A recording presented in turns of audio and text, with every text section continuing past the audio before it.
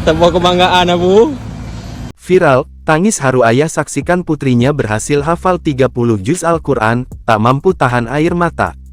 Tengah beredar sebuah video yang memperlihatkan seorang pria menangis sembari melihat handphonenya.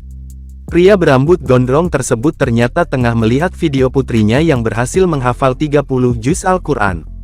Sang putri yang mengenakan jilbab hitam tersebut tampak duduk sembari melantunkan ayat suci Al-Quran dengan sangat lancar. Melalui video tersebut, diketahui bahwa sang putri merupakan siswi di Madrasah Aliyah Dayah Ruhul Islam Anak Bangsa. Ia terlihat bangga dan terharu dengan perjuangan anaknya tersebut. Pria itu pun tampak berulang kali menyeka air matanya itu kala melihat prestasi sang anak. Sebuah kebanggaan, Bu. Oh, man. Ada apa? Jadi pupuk tajuk kan? Anak ni bangga. Oh, mana, Bu? Diketahui bahwa video tersebut pertama kali diunggah dalam akun TikTok @daniel_99. Video itu pun kini viral dan telah diunggah ulang dalam banyak akun di media sosial.